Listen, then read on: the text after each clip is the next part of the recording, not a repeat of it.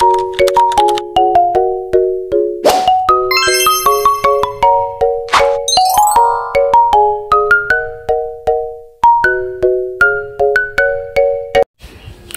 guys! Magluluto tayo ngayon ng balinghoy. Pero ang gagawin natin sa balinghoy, gagawin natin siyang parang halayang ube. Kapag natikman nyo to guys, ay sobrang sarap. Talagang malilimutan mo ang iyong sarili. Joke! So ayan guys, ito yung ingredients natin. Bourbon na pack lang. Tapos may keso tayo. Tapos ito, condensed na nabawasan na, kaya bukas na siya. Yan, ito lang yung ingredients natin para maging masarap itong ating balinghoy. Hi! So, ang dami ko. Ano ba yan? Nababaliw na naman ako. So, ayan guys, na-mix ko na itong balinghoy with gatas powder, then condensed. So, ayan. Dito ko na siya minix dito sa kawali para diretsong luto na siya. Bas lang naman to iluto guys. Yan. Kasi luto na naman tong balinghoy.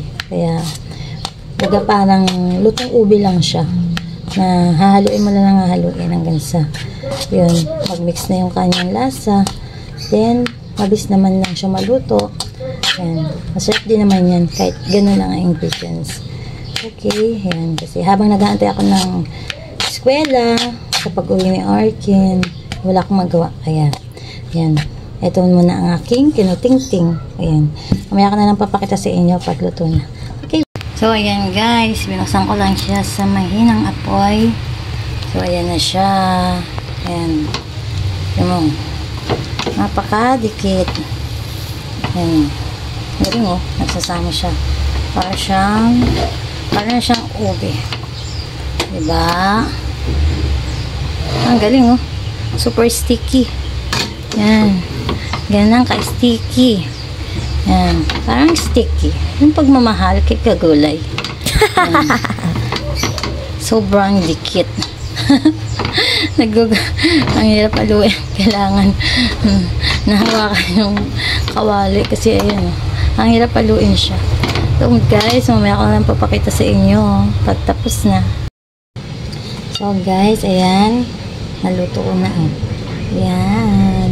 Ito na siya. Ayan. Papakita ko sa inyo. Ayan. Inano ko siya. Inilog na parang cake. Ayan. Po! Ay. Ayan guys. Ito na siya. Ayan. Nalagyan ko na lang siya ng cheese.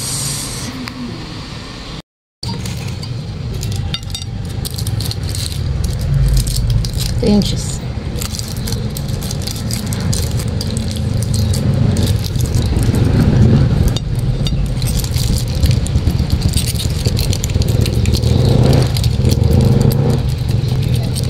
Oh, sarap.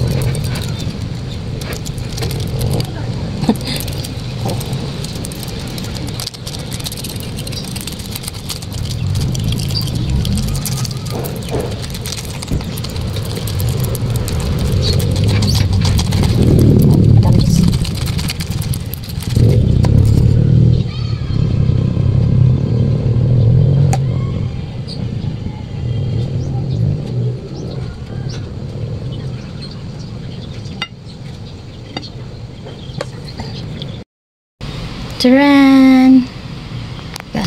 Lagyan natin pala ng flash. Ayan. Ayan oh. Yummy! Wow! O diba, guys? Simpleng balinghoy. Ayan oh. Napasarap mo siya ng ganang kasarap. Ayan.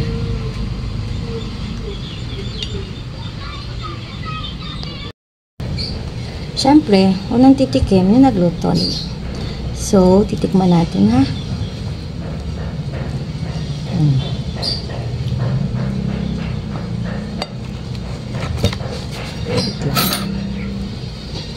Natin. So, first bite. Bango.